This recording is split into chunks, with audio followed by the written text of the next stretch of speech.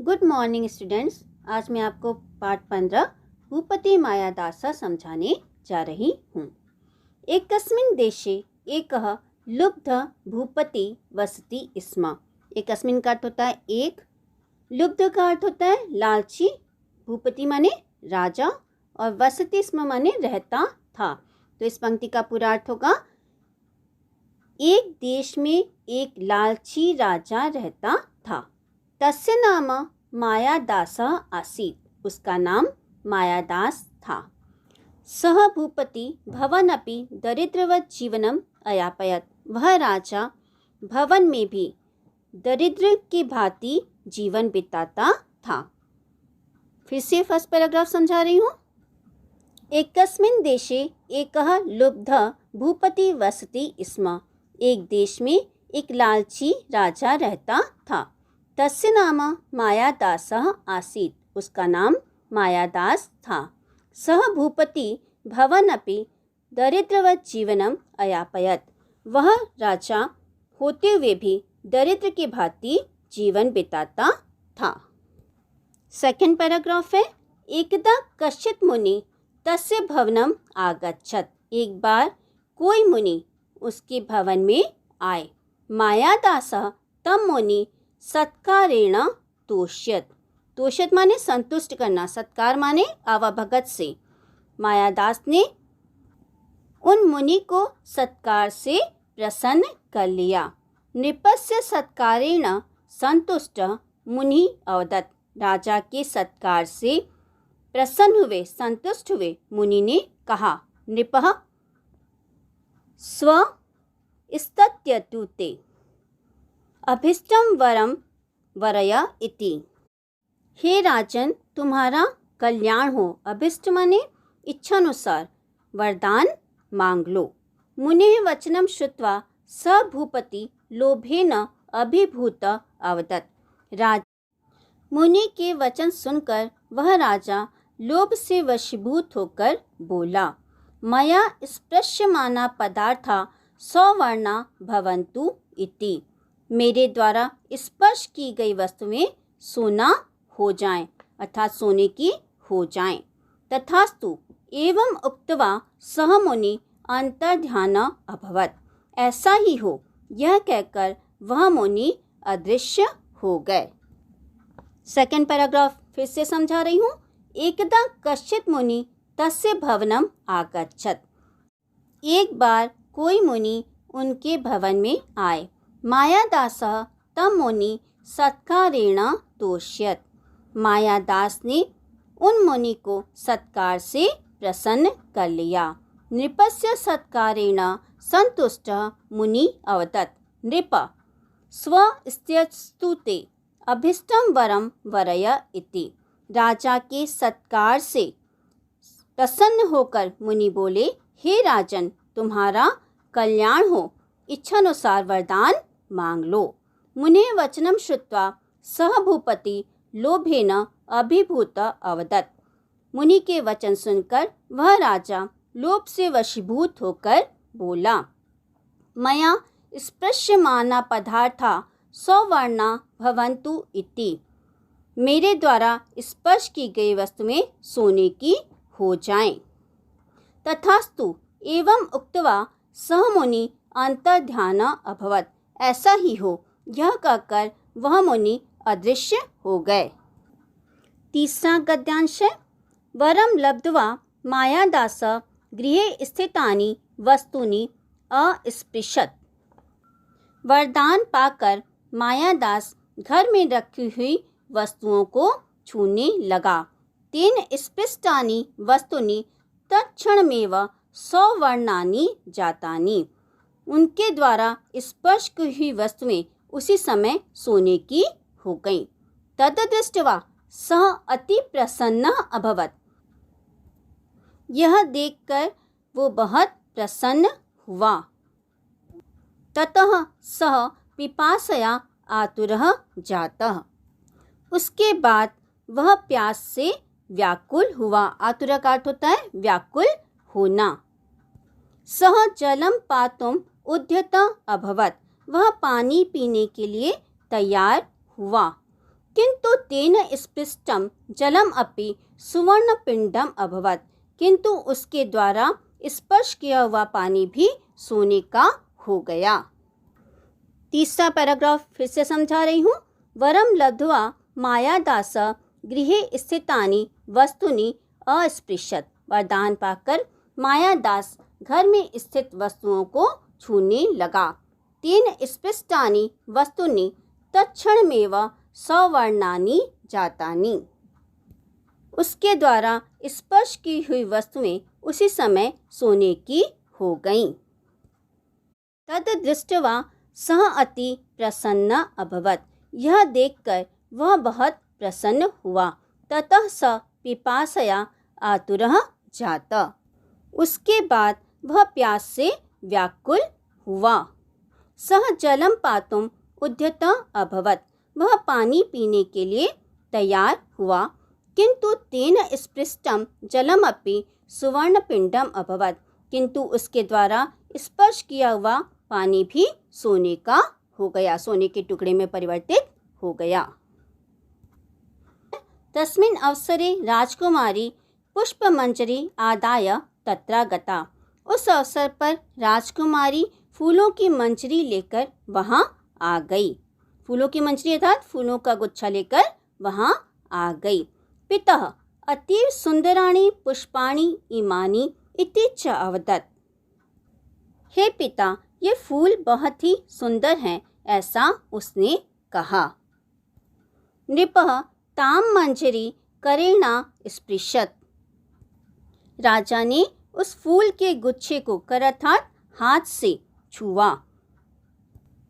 तेन स्पृष्टा मंजरी सुवर्णमयी जाता, तेन अर्थात राजा के स्पर्श से वह फूलों का गुच्छा सोने का हो गया। तद दृष्ट्वा राजकुमारी दुखिता अभवत, यह देखकर राजकुमारी दुखी हो गई। पुत्रीं समाश्वासयितुं प्रवृत्तः सः ताम् अंके उपवेशयति स्म, समाश्वासयितुं अर्थात आश्वासन देने के लिए, पुत्री को आश्वासन देने के लिए मायादास ने उसे गोद में बैठा लिया। हंत कुमारी सुवर्ण प्रतिभा संजाता, पर हाय राजकुमारी सोने की मूर्ति हो गई। इति दृष्ट्वा मायादास शोकेन उच्चै अरोदित, यह देखकर मायादास दुखी होकर जोर से रोने लगा। चौथा पैराग्राफ फिर से समझा रही हूँ। तस्मिन् अवसरे राजकुमारी पुष्पम मंजरी आदाय तत्र गता, पितः अतीव सुंदराणि पुष्पाणि इमानि इति च अवदत्, उस समय राजकुमारी फूलों का गुच्छा लेकर वहां आ गई।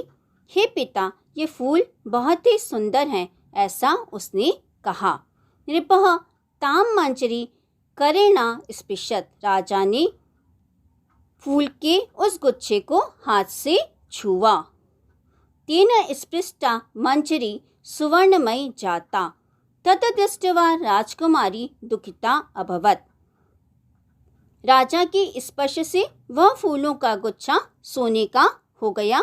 यह देखकर राजकुमारी दुखी हो गई। पुत्रीं समाश्वासयितुं प्रवृत्तः स ताम् अंके उपवेशयति स्म, हंत कुमारी सुवर्ण प्रतिभा संजाता इति दृष्ट्वा मायादास शोकेन उच्चै अरोदित, बेटी को आश्वासन देने के लिए मायादास ने उसे गोद में बैठा लिया। पर हाय राजकुमारी सोने की मूर्ति हो गई, यह देखकर मायादास दुखी होकर जोर से रोने लगा। पांचवा पैराग्राफ है।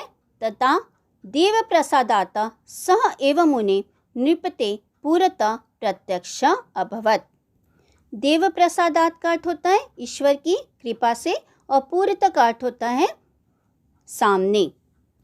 तब भगवान की कृपा से वही मुनि राजा के सामने आ गए। मायादास तम प्रणम्य प्रार्थयत, हे मुनि कृपया दत्तम वरम निवर्तयतु, मायादास ने उनको प्रणाम करके कहा, हे मुनि कृपया दत्तम वर अर्थात दिया हुआ वरदान वापस ले लीजिए। निवर्त्यतु का अर्थ होता है वापस ले लीजिए। इयं मम कुमारी जीवतु इति निवेदनम अकरोत्, यह मेरी राजकुमारी जीवित हो जाए ऐसी प्रार्थना मायादास ने उनसे की। 5वां पैराग्राफ फिर से समझा रही हूँ। तदा देव प्रसादात सह एव मुनि नृपते पुरतः प्रत्यक्ष अभवत्। मायादास तम प्रणम्य प्रार्थयत्, हे मुनि कृपया दत्तं वरं निवर्त्यतु, इयं मम कुमारी जीवतु इति निवेदनम अकरोत्। तब भगवान की कृपा से वही मुनि राजा के सामने आ गए। राजा ने उनको प्रणाम करके कहा, हे मुनि कृपया दिया हुआ वरदान वापस ले लीजिए, मेरी यह राजकुमारी जीवित हो जाए, यह प्रार्थना की। तत् श्रुत्वा महर्षि अवदत्, हे भूपते तव कृते सुवर्णम एव महत्वपूर्णम अस्ति। उसको सुनकर महर्षि ने कहा, हे राजा तव कृते तुम्हारे लिए सोना ही महत्वपूर्ण है। वस्तुतः तत् तुच्छम उद्यानात् जलम आनय, वास्तव में वह तुच्छ है। उद्यानात् अर्थात बगीचे से जल ले आओ।